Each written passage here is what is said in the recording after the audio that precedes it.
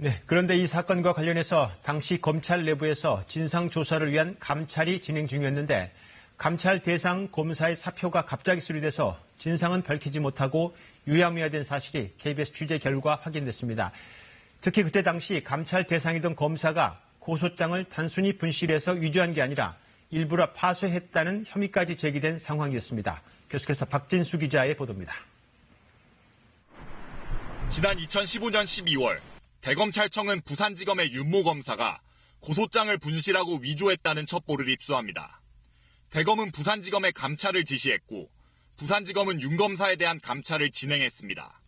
그런데 감찰이 진행되던 중 윤 검사가 돌연 사표를 제출했고 별다른 징계도 없이 사표가 수리됐습니다. 더구나 당시 상황을 잘 알던 검찰 내부 관계자는 KBS에 윤 검사가 당시 고소장을 분실한 게 아니라 파쇄했다는 의혹까지 있었던 상황이라고 전했습니다. 그런데도 갑작스런 사표 수리로 정확한 사실관계조차 파악하지 못한 채 감찰이 끝났다는 겁니다. 이에 대해 대검찰청은 부산지검에서 사표 수리가 적정하다는 의견을 받은 뒤 사표를 수리했다고 밝혔습니다. 감찰이 끝나고 징계 수위가 결정돼야 사표가 수리되는 게 일반적인 절차인데 그 판단이 나오기도 전에 이례적으로 사표가 수리된 겁니다.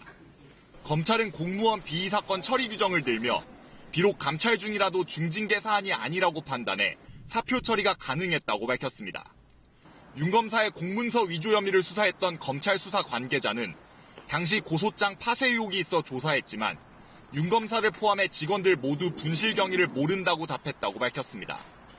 제대로 된 진상조사조차 없이 중단된 공문서 분실과 위조 사건, 감찰 진행 도중 석연찮게 수리된 사표, 모두 의혹투성이로 남아있지만 검찰은 여전히 책임질 일이 남아있지 않다며 경찰 수사에 제동을 걸고 있습니다. KBS 뉴스 박진수입니다.